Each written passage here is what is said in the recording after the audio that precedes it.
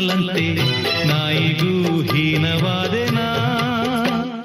ಮಾಳಿಗೆಗೆ ಒಂದು ಬೆಕ್ಕು ಕಾವಲಂತೆ ಬೆಕ್ಕಿಗೂ ನಿತ್ಯ ಹಾಲು ತುಪ್ಪವಂತೆ ಬೆಕ್ಕಿಗಿಂತ ಕೆಟ್ಟ ಶಕುನನ.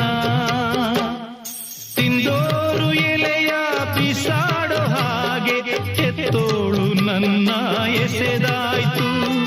ಸತ್ತೋರ ಎಡೆಯ ಕಾಗೆಗೆ ಇರಿಸಿ ಎತ್ತೋರ ಕೂಗಿ ಕರೆದಾಯ್ತು.